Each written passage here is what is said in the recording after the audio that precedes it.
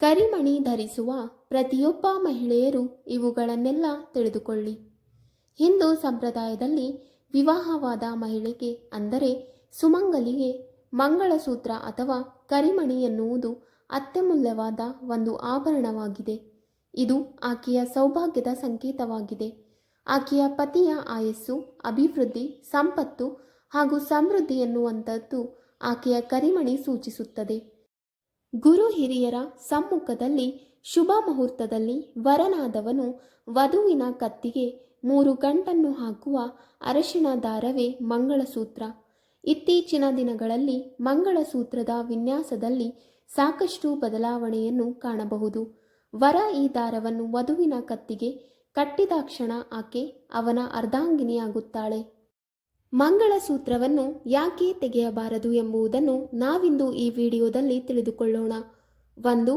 ಪತ್ನಿಯಾದವಳು ತನ್ನ ಕೊರಳಲ್ಲಿ ಧರಿಸುವ ಮಂಗಳಸೂತ್ರವು ಆಕೆಯ ಪತಿಯ ಆಯಸ್ಸು, ಆರೋಗ್ಯ, ಅಭಿವೃದ್ಧಿ ಮತ್ತು ಏಳಿಗೆಯನ್ನು ಪ್ರತಿನಿಧಿಸುತ್ತದೆ. 2. ಈ ವಿಚಾರದಲ್ಲಿ ವಿವಾಹಿತ ಮಹಿಳೆ ಇನ್ನೊಬ್ಬರ ಮಂಗಳಸೂತ್ರವನ್ನು ತಪ್ಪಿಯೂ ಧರಿಸಬಾರದು. 3. ಇನ್ನೊಬ್ಬರಿಗೆ ಈ ಮಂಗಳಸೂತ್ರವನ್ನು ಕೊಡಬಾರದು. ಇದರಿಂದ ನಿಮ್ಮ ಪತಿಯ ಆಯಸ್ಸು ಕಡಿಮೆಯಾಗಬಹುದು. 4. ಮಂಗಳಸೂತ್ರವನ್ನು ಹೊರಗಡೆ ಎಲ್ಲರಿಗೂ ಕಾಣುವಂತೆ ಧರಿಸಬಾರದು. 5. ನಾವು ಮಲಗಿಕೊಂಡಾಗ ಸಾಮಾನ್ಯವಾಗಿ ಮಂಗಳಸೂತ್ರ ಬೆನ್ನಿಗೆ ಹೋಗುತ್ತದೆ. ನಿದ್ರೆಯಿಂದ ಎದ್ದಾಕ್ಷಣ ನಾವು ಆ ಬೆನ್ನಿಗೆ ಹೋಗಿರುವ ಮಂಗಳಸೂತ್ರವನ್ನು ಸರಿಯಾಗಿ ಧರಿಸಬೇಕು. ಇಲ್ಲದಿದ್ದರೆ ಮನೆಗೆ ದರಿದ್ರ ಬರುವುದು. 6. ಸುಮಂಗಲಿಯರಿಗೆ ಮಂಗಳವಾರ ಮತ್ತು ಶುಕ್ರವಾರದ ದಿನವು ಅತ್ಯಂತ ವಿಶೇಷವಾದ ದಿನವಾಗಿದೆ. ಹಾಗಾಗಿ ಅಪ್ಪಿತಪ್ಪಿಯೂ ಸುಮಂಗಲಿಯರು ಈ 2 ದಿನಗಳಲ್ಲಿ ಕೊರಳಿನಲ್ಲಿದ್ದ ತಾಳಿಯನ್ನು ಬಿಚ್ಚಿಡಬಾರದು. ತಾಳಿಯನ್ನು ಬಿಚ್ಚಿಡುವ ಪರಿಸ್ಥಿತಿ ಎದುರಾದರೆ ಗುರುವಾರದ ದಿನದಂದು ತೆಗೆದಿಡಬೇಕು.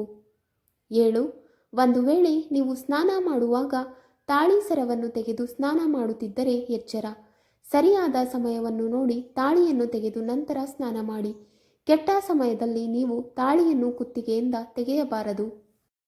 8. ಮಂಗಳಸೂತ್ರದಲ್ಲಿರುವ ಕಪ್ಪು ಮಣಿಗಳನ್ನು ತಪ್ಪಿಯೂ ತೆಗೆಯಬಾರದು. ಏಕೆಂದರೆ ಕರಿಮಣಿಯಲ್ಲಿನ ಕಪ್ಪು ಮಣಿಗಳು ಆಕೆಯ ಪತಿಯನ್ನು ಮತ್ತು ಕುಟುಂಬವನ್ನು ದುಷ್ಟಶಕ್ತಿಗಳಿಂದ ರಕ್ಷಿಸುತ್ತದೆ. 9. ಒಂದು ವೇಳೆ ತಾಳಿಯನ್ನು ಬದಲಾಯಿಸಿಕೊಳ್ಳಬೇಕೆಂದುಕೊಂಡಿದ್ದರೆ ಅಂತಹ ಸಂದರ್ಭದಲ್ಲಿ ನೀವು ಮೊದಲು ಒಂದು ಅರಿಶಿಣ ದಾರಕ್ಕೆ ತಾಳಿಯನ್ನು ಹಾಕಿ ನಂತರ ತಾಳಿಯನ್ನು ಬದಲಾಯಿಸಬಹುದು. ಕುತ್ತಿಗೆಯಲ್ಲಿ ಏನನ್ನೂ ಹಾಕಿಕೊಳ್ಳದೆ ತಾಳಿಯನ್ನು ಬದಲಾಯಿಸಬಾರದು. 10.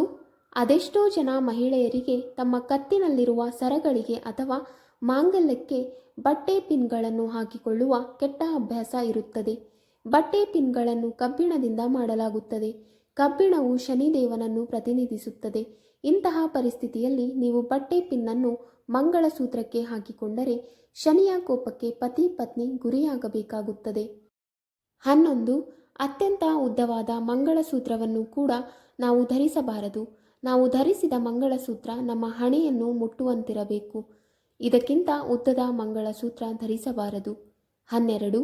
ಹೆಚ್ಚಿನ ಮಹಿಳೆಯರು ಅರಿಶಿಣ ಕುಂಕುಮ ತೆಗೆದುಕೊಂಡಾಗ ಕೇವಲ ತಾಳಿಯ ಮುಂಭಾಗಕ್ಕೆ ಮಾತ್ರ ಅರಿಶಿಣ ಕುಂಕುಮವನ್ನು ಇಟ್ಟುಕೊಳ್ಳುತ್ತಾರೆ. ಇದು ತಪ್ಪು. ಅರಿಶಿಣ ಕುಂಕುಮವನ್ನು ತಾಳಿಯ ಹಿಂಭಾಗಕ್ಕೂ ಇಟ್ಟುಕೊಳ್ಳಬೇಕು. 13. ಮಂಗಳಸೂತ್ರದಲ್ಲಿನ ಕರಿಮಣಿಗಳನ್ನು ಶಿವನಿಗೆ ಹೋಲಿಸಿದರೆ ತಾಳಿಯನ್ನು ತಾಯಿ ಪಾರ್ವತಿಗೆ ಹೋಲಿಸಲಾಗುತ್ತದೆ. ಇವೆರಡನ್ನು ನಾವು ಜೊತೆಯಾಗಿ ಧರಿಸುವುದರಿಂದ ದಾಂಪತ್ಯಕ್ಕೆ ಶಿವ ಪಾರ್ವತಿ ಆಶೀರ್ವಾದ ದೊರೆಯುತ್ತದೆ. ಜ್ಯೋತಿಷ್ಯ ದೃಷ್ಟಿಯಿಂದ ನೋಡುವುದಾದರೆ ಕಪ್ಪು ಮಣಿಗಳು ಶನಿಯನ್ನು ಸಂಕೇತಿಸಿದರೆ ಚಿನ್ನವು ಗುರುವನ್ನು ಸಂಕೇತಿಸುತ್ತದೆ. ಇವೆರಡರನ್ನು ನಾವು ಜೊತೆಯಾಗಿ ಧರಿಸುವುದರಿಂದ ಸಂತೋಷದ ದಾಂಪತ್ಯ ಜೀವನ ನಮ್ಮದಾಗುವುದು. ಮಂಗಳಸೂತ್ರದಲ್ಲಿ ಕಪ್ಪು ಮಣಿಗಳು ಹವಳ, ತಾಳಿ ಇರುತ್ತದೆ.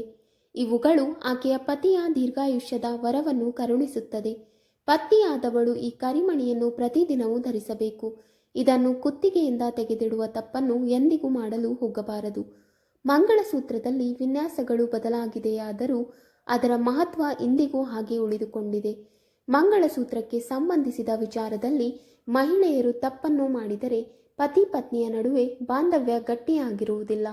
ದಾಂಪತ್ಯ ಜೀವನದಲ್ಲಿ ಸಮಸ್ಯೆಗಳನ್ನು ಹೆಚ್ಚಾಗಬಹುದು.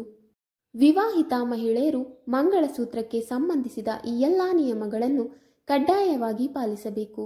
ಆಗ ಮಾತ್ರ ನಿಮ್ಮ ದಾಂಪತ್ಯ ಜೀವನವು ಸಂತೋಷ ಮತ್ತು ಸುಖದಿಂದ ತುಂಬಿಕೊಂಡಿರುತ್ತದೆ. ಇದರಿಂದ ಪತಿಯ ಆಯಸ್ಸು ಹೆಚ್ಚಾಗುವುದು.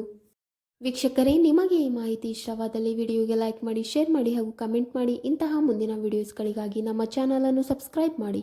ಧನ್ಯವಾದಗಳು.